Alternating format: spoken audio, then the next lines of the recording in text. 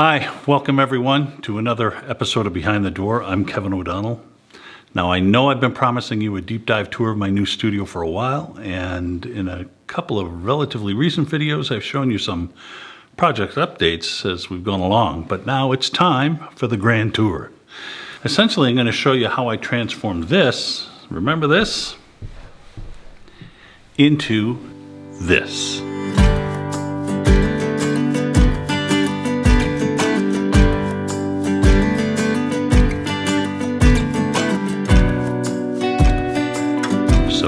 Stay tuned.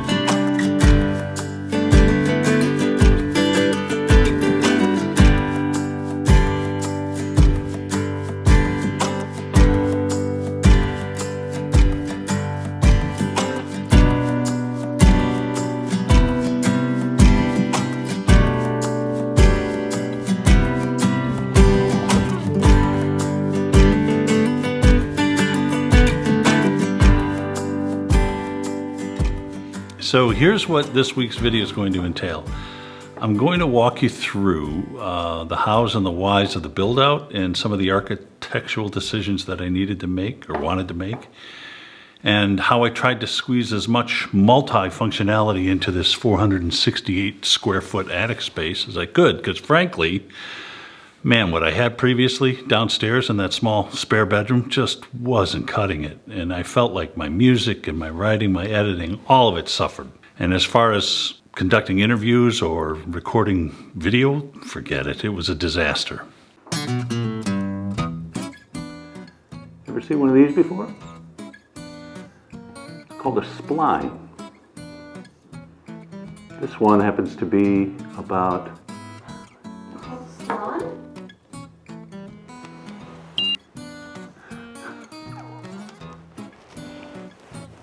God bless her heart. Okay. It's all right. You can always edit it out.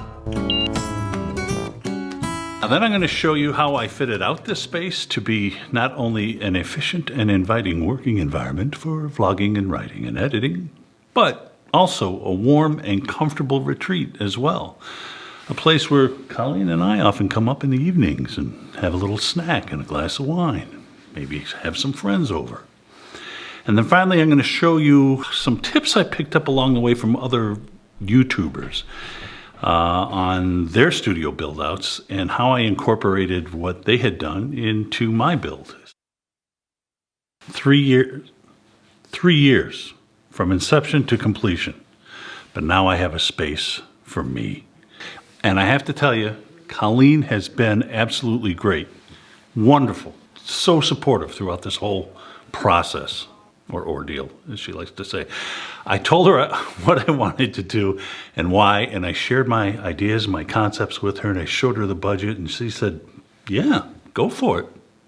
So I'll tell you, she's just been so encouraging throughout. A huge thank you to her for all her patience and understanding. Yeah. She deserves it. Now the first decision, and frankly the most difficult decision I had to make on this entire project, was where to put the stairs.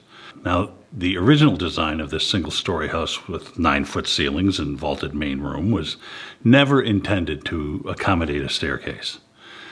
So the first suggestion I got actually was from a contractor who I had invited out for, a look around. His solution was to hang an enclosed stairway off the side of the house and completely ruin the aesthetics of the front elevation, kind of like a fire escape. And it would only be accessible from the outside. Really? Have you experienced a Door County winter?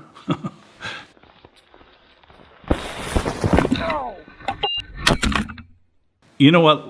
Let me take you downstairs and I'll show you just why this was such a difficult decision to make.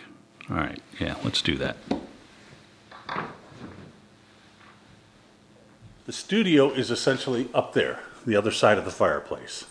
And I'm running a staircase, no matter how beautiful and how ornate, through the middle of the living room was really a non-starter for me. So moving it over and kind of dividing this beautiful space here in front, from front to back, would have been, well, architecturally criminal. But I had to find a solution, something workable. And I thought about a spiral staircase here, actually, at one point. But that would make it next to impossible to get furniture up and down, materials, at least make it difficult and inconvenient. And again, it would throw this space out of balance here. So that brings us back to this back hallway in this storage room. Now, adjacent to the outside wall here, there was a closet right here. And simply by removing that closet and only having to reconfigure one set of floor joists up here, there was enough room to build a broad 44-inch wide staircase, wide enough that I can lug my gear up and down the stairs without fear of scraping it against the walls. Problem solved. And by closing this door, it would provide privacy and an additional sound barrier. And I had them add this sign up here. You see this? Which I can activate from the upstairs. Let me show you. So that whenever I'm recording voiceovers or, there we go, whatever, Colleen doesn't start a load of laundry or let the dog up in the middle of an interview. So that's worked out pretty well. All right, let's head on upstairs. The contractor I eventually went with was Creekside Construction out of Kewanee. I kind of introduced you to them before in the previous videos. They're really well known around here and have a great reputation, and they're really reasonable. And they've built several of the homes along here, along the lake. So it's Ross Schmidt and George Lefebvre, and they're really, really great to work with. They incorporated most of my ideas, no matter how kooky they sounded. And more importantly, they offered a few of their own, which I'll show you as we go along here. So, about choosing the material for these stairs. Ross and George tried to persuade me into, your basic solid wood pine stairs and covering it with carpet, thinking I wanted to keep the cost down, which I did, but they seemed surprised when I told them no. What I wanted was hand-finished, solid maple treads, risers, handrail, newel posts, balustrades, stringers, the whole 9 yards. So not only in keeping with the rest of the house with the maple, but to make it look that much more inviting. And I got to tell you, everyone who's come up here pauses at the base of the stairs and looks up and comments on how beautiful the stairs are. So they really did a great job of the stairs. I find it an upgrade that was well worth the expense. Now, taking a page out of Frank Lloyd Wright's prairie-style feature of, compress and release, the back hallway and the dimly lit stairwell give way to this bright 18 by 26 foot multifunctional space. Because a studio, like in my case, a photography studio, it's all about the light. So this was another critical consideration, and I put a lot of time and a lot of thought into this. So the room is bright and airy, but there's little to no direct natural light that spills into the room, even though we're facing east and south. And I was really conscious of this because, as any photographer worth his salt will tell you, direct light creates all kinds of issues with hard edges and shadows and high contrast. Diffused light, however, or scattered light, softens the edges and the shadows and produces a bit of a glow on the subject because the light's more uniform. I'll show you a couple of test shots that I took of Colleen while the build was still underway.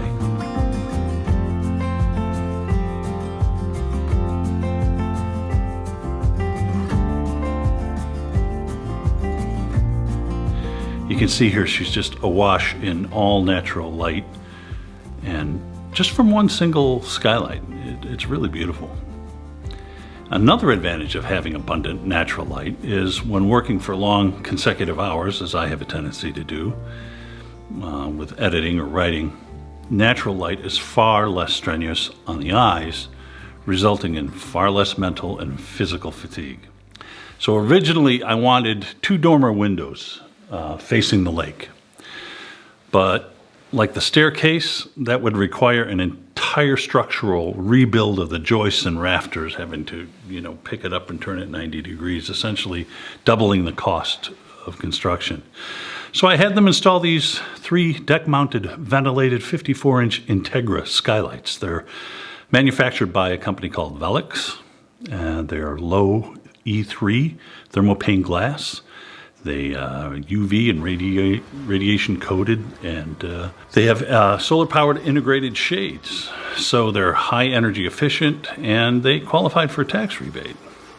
And as you can see, they are not cut into the ceiling as is typical, but rather along the east-facing wall. And there's a couple of reasons for this. I can still view the lake, which was important.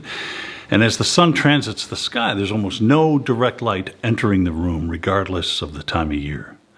When the plasterer first arrived, he said it was the first time in 40 years that he'd seen skylights installed so low. And when I explained to him my reasoning, he did one of these. So essentially, they're just giant light tubes creating wonderful natural light. The built-in solar-powered room darkening shades operate from either a wall-mounted pad or via Wi-Fi, which is more technology than I need, frankly. But it gives me the extra flexibility to control the amount of natural light in the room and turn midday into night, like now, when I'm recording or photographing. And they also tilt open so that I can let the cool lake breeze in on a warm summer day and just enjoy the zen-like rhythm of the waves, which is something we really appreciate here.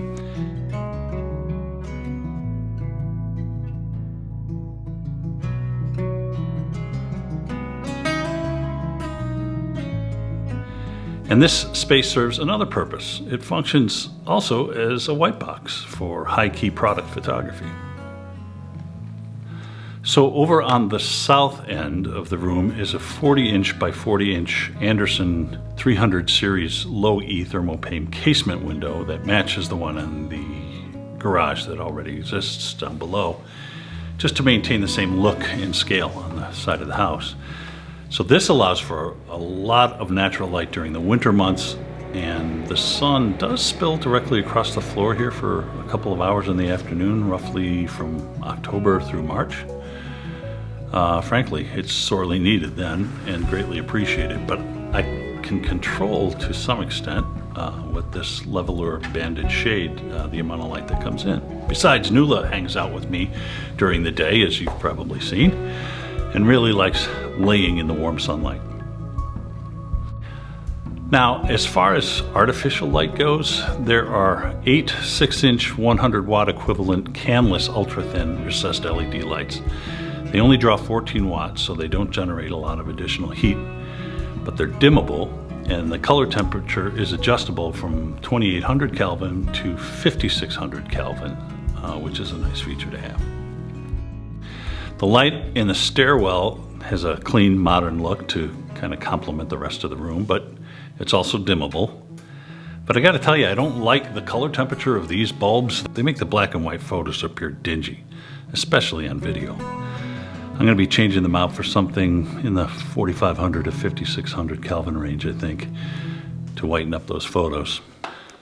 Now, the only other lighting are these kind of small, dimmable spots for the gallery wall here above the fireplace. And I'm gonna be changing those out too, because the color's a bit too warm, and man, do they generate the heat. It's like French fry warming lights at McDonald's. They can elevate the temperature in the studio here by 6 or 7 degrees if left on for several hours, at full intensity. And finally, there's this 60-inch zero clearance Velux Home LED fireplace feature that I had inserted into this slate stone wall. All of this was a late addition after the build was well underway. Yeah, it put me over budget a little bit, but it's okay. I expected to go over a little bit. I felt this wall just needed something to break up all the monotony of this long run of walnut here. And because it doesn't require any venting, it saved me from having to get a permit and having to tie it into an existing chimney for the wood-burning fireplace downstairs in the living room. So I think it just adds a lot of atmosphere and hominess to the room. So this is a wall-mounted Fujitsu Halcyon, what they call a mini split, and it heats and cools with incredible efficiency. This is a standalone unit and it's really incredibly quiet. It's running now actually, and it's barely noticeable, so it doesn't even interfere with the audio recording here. It also requires no ducting and provides plenty of heat and cooling capabilities for a space that would be more than twice this size at very little cost. So it's the highest rated energy efficient unit on the market, and the condenser unit, which is outside at ground level, it's out of the way. So, and I had them run all the mechanicals for it between the walls of the garage so that there's no unsightly conduit running up the side of the house and along the garage. So it also has its own dedicated circuit breaker that I had them add to the electrical panel. The floors. I wanted solid pre-finished maple like the rest of the house. This is 3/4 inch thick and 3 1/4 inch wide. Tongue and groove planking, and boy was it hard to find. I had to drive almost 100 miles to find this stuff. The baseboards are also solid maple, and they're stained to match the trim throughout the rest of the house. This wall is what they call sappy walnut, and I made a video on that earlier. I had them leave it the natural color, but if you haven't seen the episode where I went to the mill in Algoma and picked out this material myself and helped mill it, you can watch that here. I'll leave a little flag up here, and yeah, I'll link to it down below. So George LaFave fashioned these closet doors out of the leftover walnut and suggested placing the doors on barn door rails, which I thought was a great idea. Since I didn't want the closets to bump out into the room, it keeps this space an open rectangle. So the storage space is built in among the roof rafters here. The shelves and drawers are made from leftover bits of flooring, so they're nice and solidly built. And to make handling the sensitive camera gear more efficient, I asked George to add these heavy-duty cabinet drawer slides. And then I lined all the shelves and the drawers with 1/2 inch thick, low-density polyethylene foam sheets cut to size. So not only do they look nice, they add a level of cushioning protection, but most importantly, they're static proof, which is an important consideration when you're handling sensitive electronics found in these cameras and lenses, especially during the winter months when the humidity drops to like 10 or 12%. So the walls and the ceilings are 3/4 inch gypsum board, except for behind the stone. That's 3/4 inch cement board. And the whole room is then covered with a 1/4 inch plaster skim coat, leaving just a little bit of texture on the wall. You know, it's funny, they don't tape and mud and sand the seams and corners of drywall like they do in most houses I've ever been in. And yeah, everything is skim coat plaster here. It looks good though. Adds character.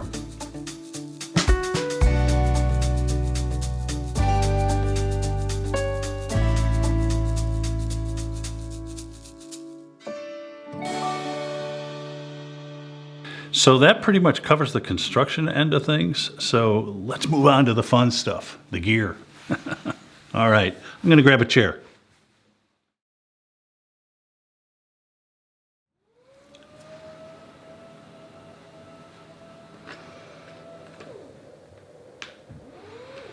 All right, so let's start with the desk, because most everything in here happens on or around this desk. Now, my overarching goal was to make it as minimalistic yet as flexible as possible.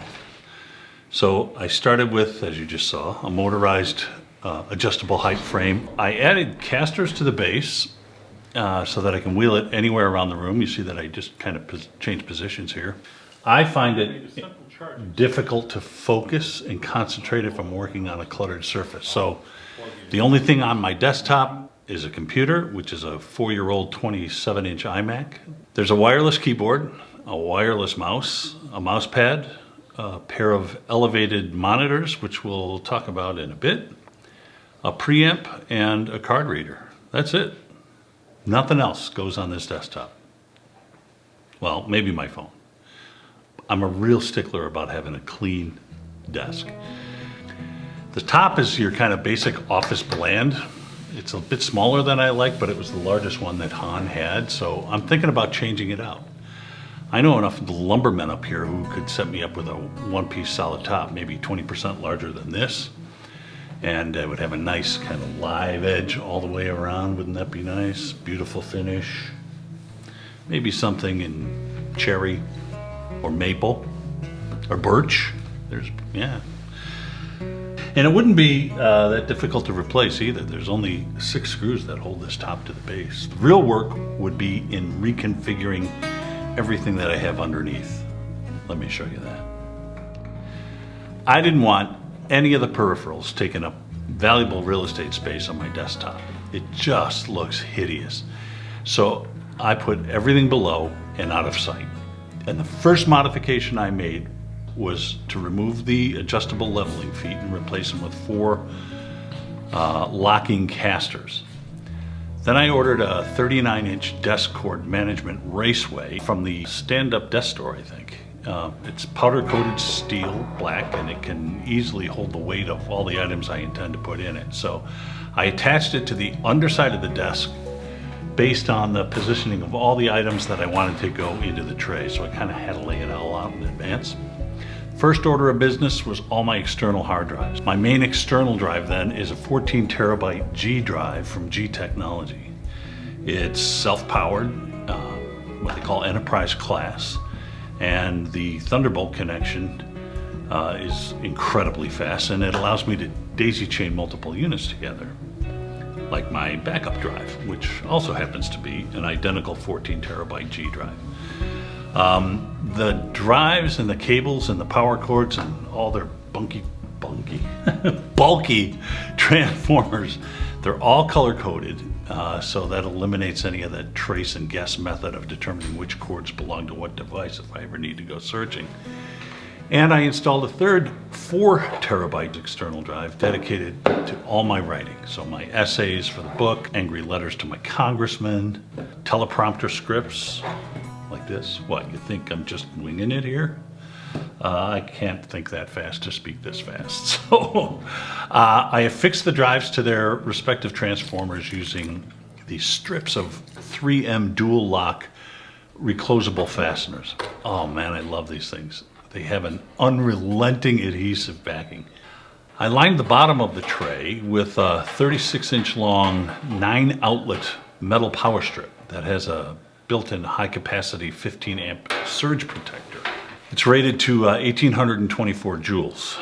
Then I wound and I bound all of the cables, securing them with half-inch wide Velcro brand 1-wrap cable ties for a nice, clean look, because there's nothing more frustrating than having to deal with a rat's nest of cables.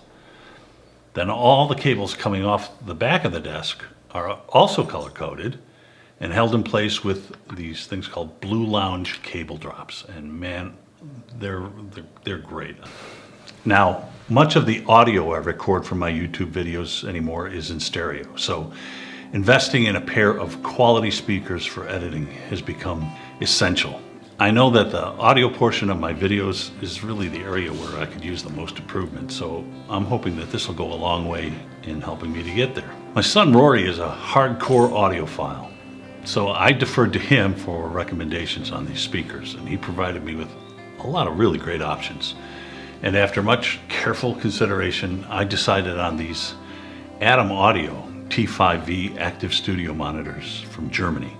They have a 5-inch polypropylene low-frequency driver that delivers bass really well, extending down to 45 hertz.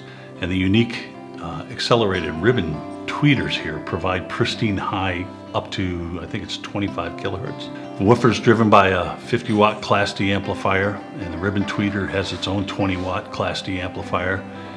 And the balanced low-impedance XLR cables allow for noise-free connection to the preamp, enabling a pair of these speakers to achieve a maximum distortion-free sound pressure level, or SPL, of 106 decibels at 1 meter. I run the speakers through a Focusrite Scarlett 2i2 3rd generation preamp, and it gives me flexibility for 2 additional line inputs, or microphones or instruments, and a headphone jack with a separate volume control. I finished off the workstation with some dimmable multicolor LED strip lighting, so it looks like a cheap strip club. So I'm happy with the way the final results of this minimalist look and organization of my desktop ended up with, and it's a real pleasure having the flexibility and the clean lines. And the best part actually is all the cables and the lines and the connections running from all of this equipment. There's only one power cord coming off the desk, and it plugs into an outlet that I had the contractor put in the middle of the floor, giving me the freedom to move my desk anywhere within the room as often as I want, and freeing up any floor space I may need for studio shoots. And now I'm finally able to do some video recording at my desk like this, and to be able to do it efficiently and in comfort rather than have a bunch of tripods and light stands spread out all over the room. For that, I have all my studio recording gear within arm's reach on just one heavy-duty wheel-around stand. I got this idea from a YouTuber by the name of Caleb Pike at DSLR Video Shooter. I'll leave the link below. You can check it out. His channel is amazing. In addition to providing honest and comprehensive gear reviews, he's got the greatest tips on home recording, studio design, and with every video project that he does, he provides a parts list and step-by-step assembly instructions on video, all in a clear and concise and entertaining way. So I built my video studio rig exactly as he outlines in his video. So it includes the impact folding wheel base stand here, some sandbags for added stability, extension arms for the camera and the lights, a teleprompter, an Intelitech LC160 2.0 light cloth for my main light, and a controller and a boom arm for a microphone. I happen to be using a Rode VideoMic Pro here. I should probably pull that down into the shot. Some super clamps, the grips, the ball heads, all that, Cardellini clamps, everything that he specifies in it, and it all fit together perfectly. And the added benefit is that when it's not in use, I can fold it down pretty compactly and tuck it into a corner or to the edge of the room when it's not in the way. Now, I've seen other YouTubers post their video setups and go the cheapo route, and most of them look like they're going to fall apart any minute. So not this rig. It's like Caleb said in his video, this is legit stuff. Pro gear, nothing flimsy. So thank you, Caleb, for such a brilliant solution. So I've been working on deadening the sound in here. But with all the plaster and the stone walls and the hardwood floors, the room is really quite live. So again, I turned to Caleb Pike for some advice and built this giant movable sound absorbing curtain that doubles as a light modifier. The main components, sound deadening panels, are blankets called Producer's Choice from a company, Vocal Booth to Go, out of Maryland. And they look like moving blankets, but they're much heavier, and the material is proprietary, much more dense. And they are specifically for acoustic treatment, and they really suck up the sound. I ordered 4 80-inch square blankets with grommets for hanging them. I opted for black on one side and white on the other, so that I can use them for shaping light by flagging with the black side, like I have over here on the table, or dispersing light with the white side. The light coming in this window here is kind of bouncing off my face to the right.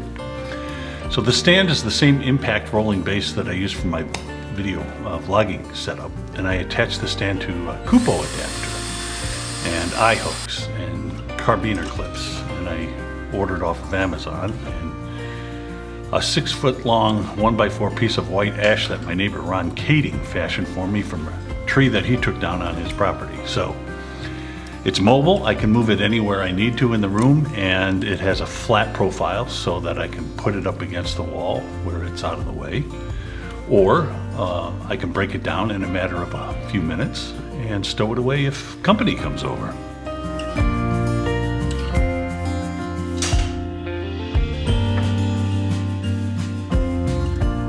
Then there are my work tables, and these are amazing.